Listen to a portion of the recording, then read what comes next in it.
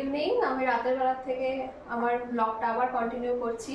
দুপুরবেলা অবধি তো অলরেডি আপনারা আজকে কি করেছি দেখেই নিয়েছেন। এখন ওদিকে রাতের ভাত বসিয়েছি আর এটা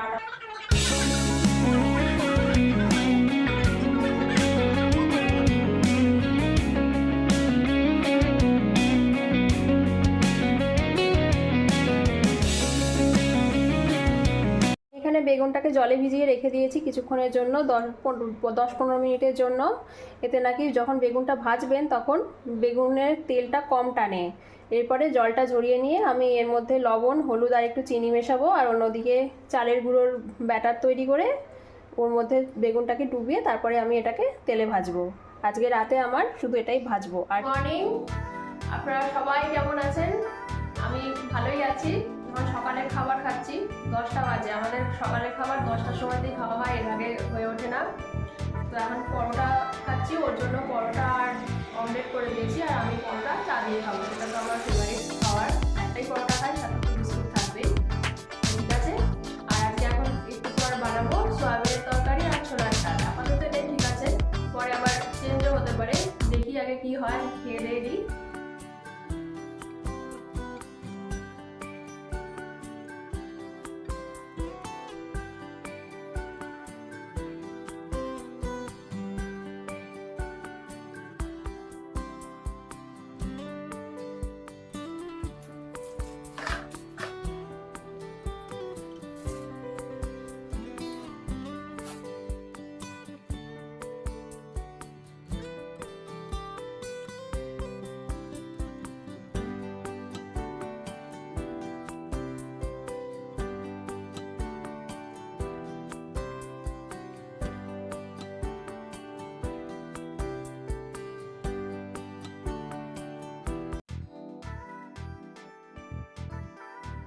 আমি ছোলার ডাল রান্না করবো। এর মধ্যে আমি প্রেসার কুকারটা আমার গরম হয়ে গেছে, এর মধ্যে আমি সর্ষের তেল দিচ্ছি।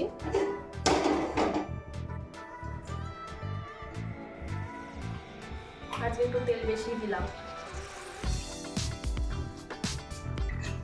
এবার এর মধ্যে গোটা গরম মশলা দেবো। গোটা গরম মশলা বলতে লবঙ্গ, ছোট এলাচ আর দারচিনি, আর কিছু দেবো না এর মধ্যে। আর দেবো আদা রসুন কুড়িয়ে দিয়েছি, আর তার সাথে পেঁয়াজ কুড়োনো। গরম হয়ে গেছে, দিয়ে দিলাম। ফাটবে।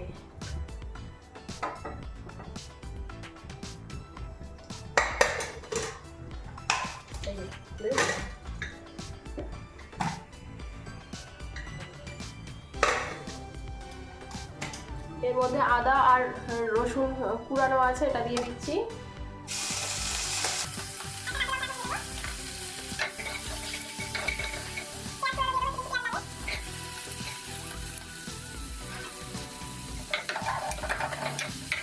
আর এখানে আমি সকাল 1 ঘন্টার মতো ডালটাকে ভিজিয়ে রেখেছিলাম, এমনি এটা ধুয়ে নিয়েছি। এবার এটা দিয়ে দেবো, একটু ভাজা ভাজা হোক। তারপর এদিকে আমার ভাতও হয়ে গেছে। আর এটা আমার নতুন ড্রেস, অ্যামাজন থেকে কিনেছি, ভালো।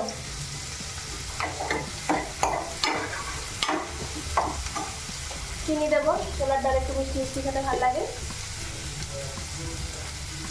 কিছু দিতে পারেন, সেটাও ভালো লাগে।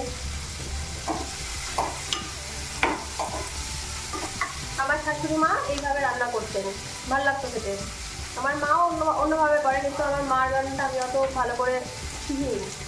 এর আগে রান্নাবাড়ি করতাম না তো, এই কারণে। একবার ওটাও আপনাদের শেখাবো, মা কীভাবে করে সেটা জেনে। হ্যাঁ, এবার টমেটো থাকলে টমেটো দিয়ে দিতাম, কিন্তু আমার কাছে পাকা টমেটো নেই, ওই কারণে আমি একটু সস দিলাম অল্প।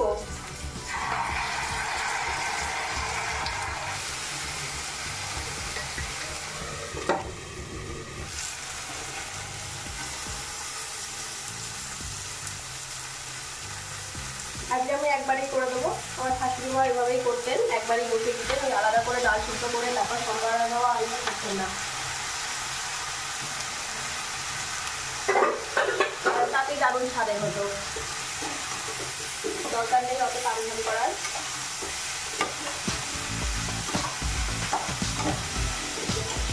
এখানে দেখছেন সোয়াবিন, এটা নিউট্রেলার সোয়াবিন, এটা আমি জলে ভিজিয়ে রেখেছি। এটা এবার একটুখানি ভালো করে দিয়ে এর মধ্যে জলটা ভালো করে ছিটে জল ধরিয়ে নেব। তারপরে একটু সর্ষের তেল, লবণ, হলুদ দিয়ে ভালো করে মিশিয়ে রেখে দেবো। তারপর সেটাকে ভাজবো, তারপরে এটার গ্রেভি বানাবো। আগে এটা করে নিই, তারপর ওটা একবারে অত করতে পারবো না, তাহলে একটা বিচ্ছিরি হয়ে যাবে। আর এখানে লবণ দেবো, লবণ তো আন্দাজ মতো দেবেন।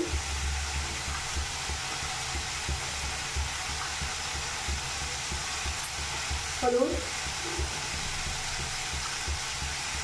লবণ, হলুদ আর চিনি তো আগে দিয়ে দিয়েছি।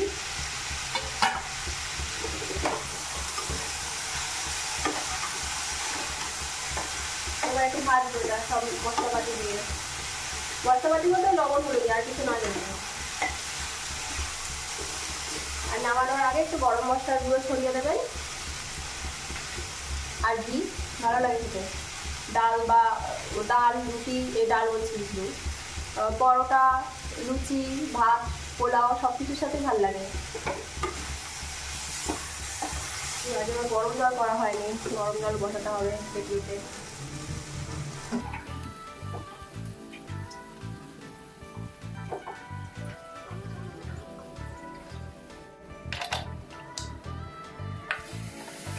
কাঁচা লঙ্কা, সোয়াবিন আলু দিয়ে করবো। আলুটা কেটে রেখেছি, জলে ভিজিয়ে রেখেছি। একটা বাজিয়ে রাখবো অবশ্যই। তাহলে মাটির হাঁড়িটা আমি বানাবো সোয়াবিনের তরকারিটা। মাটির হাঁড়িতে যা কিছুই বানানো খুবই আলাদা টেস্ট হয়, ভালো লাগে টেস্টটা। আমার কাছে দুটো মাটির বর্তন আছে, একটা একটু বড় দেখে আর একটা একটু ছোট দেখে, আর একটা তাওয়া আছে, সেটা তো তৈরি করা আপনাদের দেখিয়েছি। আজকে হয়তো করতে পারি সোয়াবিনের তরকারিতে মাটির তাওয়াতে রুটি খেতে ভালো লাগবে। সেদিকে আমার বরকে দিয়েছিলাম, ওর খেতে খুব ভালো লেগেছিলো। ওই দিন একটু মাংস রান্না করেছিলাম, সেদিনকে ওই মাটির তাওয়ায় রাতের বেলা খেয়েছিলাম।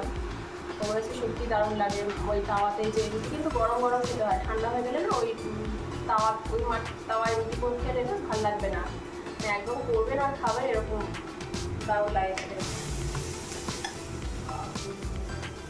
দিয়ে দিলাম জলটা।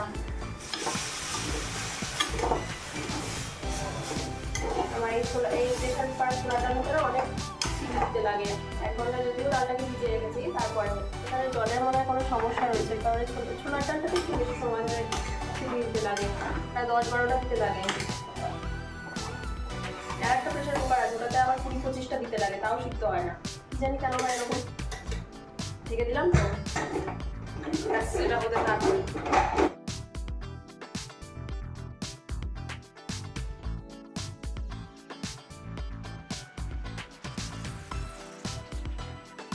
এখানে আমি সোয়াবিনে দেওয়ার জন্য একটা তার সাথে একটা হাফ পেঁয়াজ কুচিয়ে নিয়েছি, স্লাইস করে নিয়েছি একদম। আর এখানে আমি মিক্সির মধ্যে আদা, পেঁয়াজ আর রসুন আর একটা কাঁচা লঙ্কা, পেঁয়াজ একটা গোটা দিয়েছি আর হাফ দিয়েছি। এটা আমি মিক্সিতে পিষে নেব। যদি মিক্সি না থাকে আপনি কুড়িয়েও দিতে পারেন, অসুবিধা কোনো কিছু নেই। ভাজবো।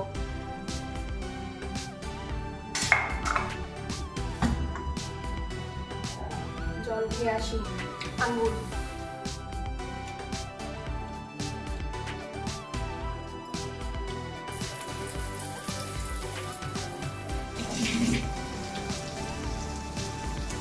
খালি হাত ধুই আর হাত মুছি, এই করতে করতে হাতে সব ছাল বাঁকা উঠে গেল, বুঝলেন তো?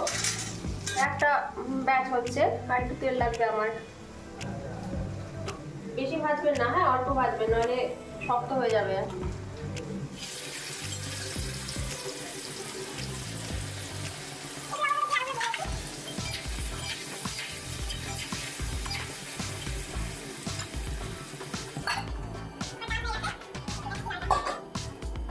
এই যে আমার ডাল হয়ে গেছে। এখানে মাটির হাঁড়িটা ভালো করে ধুয়ে এর মধ্যে তেল দিয়েছি, সর্ষের তেল আর সাদা তেল দুটো মিক্স করেই দিয়েছি। তেলটা গরম হয়ে যাওয়ার পরে এর মধ্যে গোটা গরম মশলা আর তেজপাতা আর গোটা জিরে দিয়েছি। একটু নাড়িয়ে তার মধ্যে আমি পেঁয়াজ কুচি দিয়ে দিয়েছি।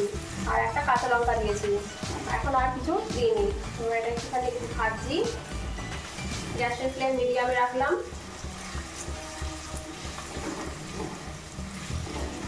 এটা ভাজা ভাজা হলে আমি এই যে পেস্টটা বানিয়ে রেখেছিলাম আদা রসুন পেঁয়াজ আর একটা কাঁচা লঙ্কা দিয়ে, সেটাও দিয়ে দেবো। আর একটু মৌকোটা,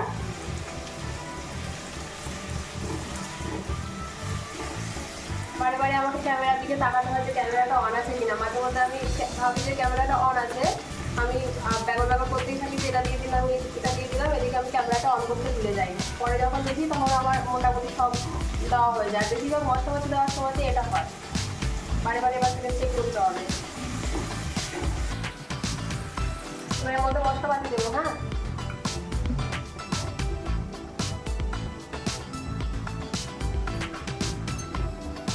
লবণ, আদার মতো,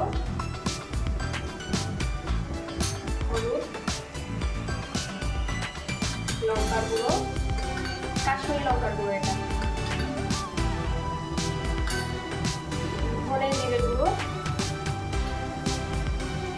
একসাথে করা আছে, দিয়ে দিলাম।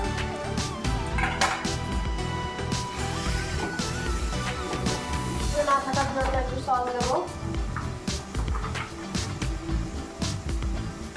টমেটো থাকলে তো টমেটো দিতে পারবেন।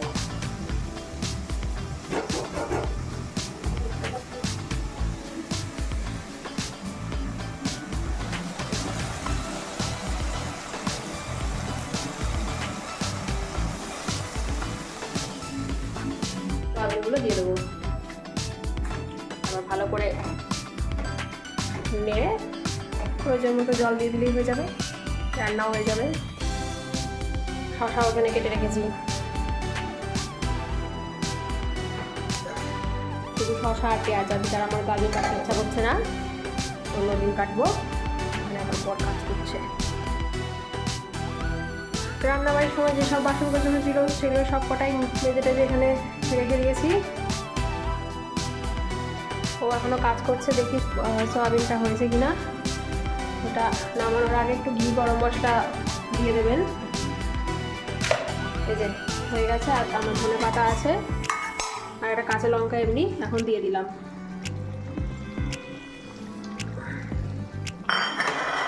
একটু নাড়িয়ে গ্যাস বন্ধ করে দেবো। এটা সব লবণ হলুদ আমি চেক করে নিয়েছি। এটা একবারে দুবেলারই করে রেখেছি, ওই কারণে একটুখানি ঝোল ঝোল থাকুক, অনেকটা টেনে নেবে সয়াবিন জল। একটু পরে খেতে বসবো, ওই কাজকর্ম হয়ে যাক। মানে মিটিং ফিটিং করছে মনে হয়, হ্যাঁ এখনও মিটিং করছে, ওই কারণে আজকে অনেকদিন না ওয়েব সিরিজ দেখে নিয়ে আজকে ভাবছি একটা ওয়েব সিরিজ দেখতে পারি, যদি ইচ্ছা করে, না তো ঘুমাবো দুপুরবেলায়। আর যদি ঘুম না পায় তাহলে দেখবো ওয়েব সিরিজ। এখনকার মতো এখানেই রাখছি, খাওয়া দাওয়া করতে হবে, পরে আবার আসছি। হ্যাঁ,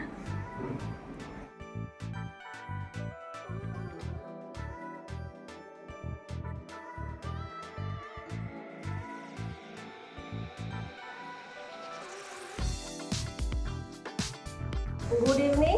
এখন আমি চা করছি, চা খাবো, আর সাথে সিঙ্গারা আছে, সিঙ্গারা খাবো। মানে সিঙ্গারা বাইরে থেকেই নিয়ে এসছে। তো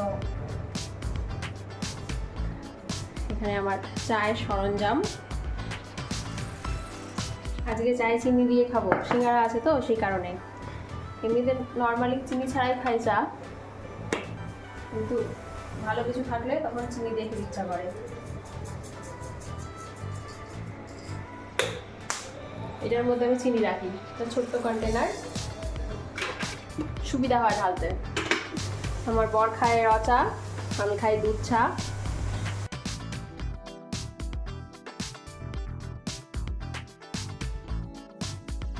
আজকে রাতেও আমাকে সেরকম কোনো রান্নাবাড়ি করতে লাগবে না, দুপুরের ডাল আর সয়াবিনের তরকারি অনেকটাই আছে। আর তাছাড়া এখন সিঙ্গারা, এই যে সিঙ্গারা খাবো দেখছেন, সিঙ্গারা খেলে আমার অর্ধেক পেট ভরে যাবে। তো রাতের বেলা আজকেও কোনো রান্নাবাড়ি নেই, ভালোই লাগে না এরকম রাতের বেলা যদি রান্নাবাড়ি না থাকে। তবে কালকে সকালের জন্য কিছু প্রিপারেশন আমাকে করে রাখতে হবে, নাহলে আমি যেহেতু একটু দেরি করে উঠি, সকাল সকাল উঠে আমি সব করতে গেলে আমার দেরি হয়ে যাবে। তখন আর দুপুরের খাওয়া দুপুরে খেতে পারবো না, দুপুরের খাওয়া হবে তখন বিকালে গিয়ে খেতে হবে।